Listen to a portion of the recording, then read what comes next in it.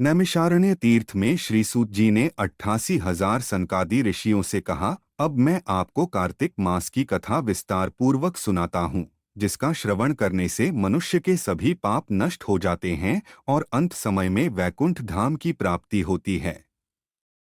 सूत जी ने कहा, श्री कृष्ण जी से अनुमति लेकर देवर्षि नारद के चले जाने के पश्चात सत्यभामा प्रसन्न होकर भगवान कृष्ण से बोली, हे प्रभु, मैं धन्य हुई, मेरा जन्म सफल हुआ। मुझ जैसी त्रैलोक्य सुंदरी के जन्मदाता भी धन्य हैं, जो आपकी 16,000 स्त्रियों के बीच में आपकी परम प्यारी पत्नी बनी।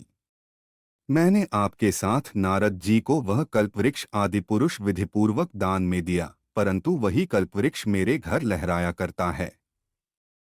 यह बात मृत्युलोक में किसी स्त्री को ज्ञात नहीं है।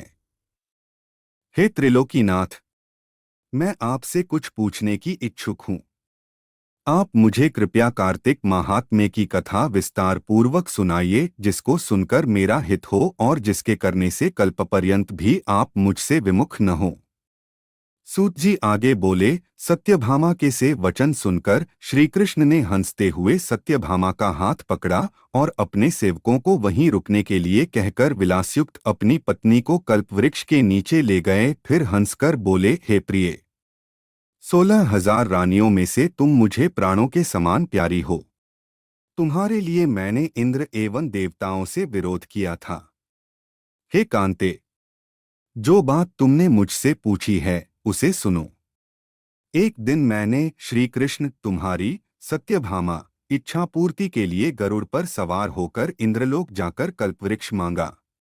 इंद्र द्वारा मना किए जाने पर इंद्र एवं गरुड़ में घोर संग्राम हुआ और गौलोक में भी गरुड़ जी गौओं से युद्ध किया।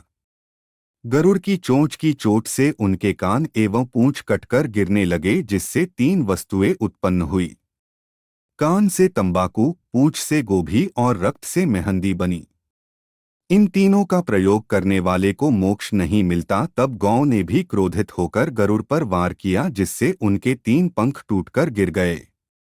इनके पहले पंख से नीलकंठ, दूसरे से मोर और तीसरे से चकवाचकवी उत्पन्न हुए। हे प्रिय, इन तीनों का दर्शन करने मात्र से ही शुभ फल प्राप्त हो जाता है। यह सुनकर सत्यभामा ने कहा, हे प्रभु, कृपया मुझे मेरे पूर्व जन्मों के विषय में बताइए कि मैंने पूर्व जन्म में कौन कौन से दान, व्रत व जप नहीं किए हैं। मेरा स्वभाव कैसा था, मेरे जन्मदाता कौन थे और मुझे मृत्युलोक में जन्म क्यों लेना पड़ा।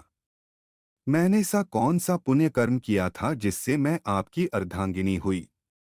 श्री कृष्ण ने कहा, हे प्रिय, अब मैं तुम्हारे द्वारा पूर्व जन्म में किए गए पुण्य कर्मों को विस्तार पूर्वक कहता हूँ, उसे सुनो।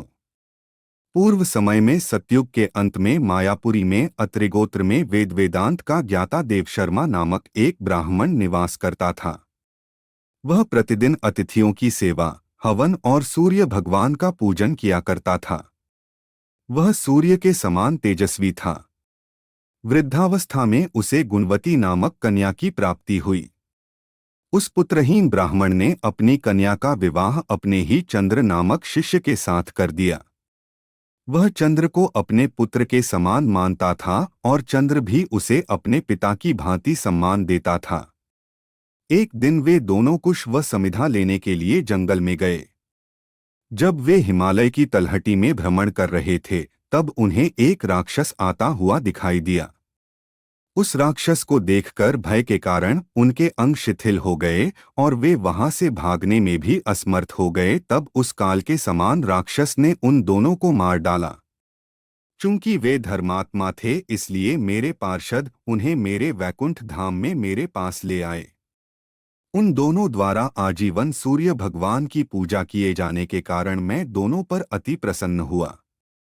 गणेश जी, शिव जी, सूर्य व देवी, इन सब की पूजा करने वाले मनुष्य को स्वर्ग की प्राप्ति होती है। मैं एक होता हुआ भी काल और कर्मों के भेद से 5 प्रकार का होता हूँ।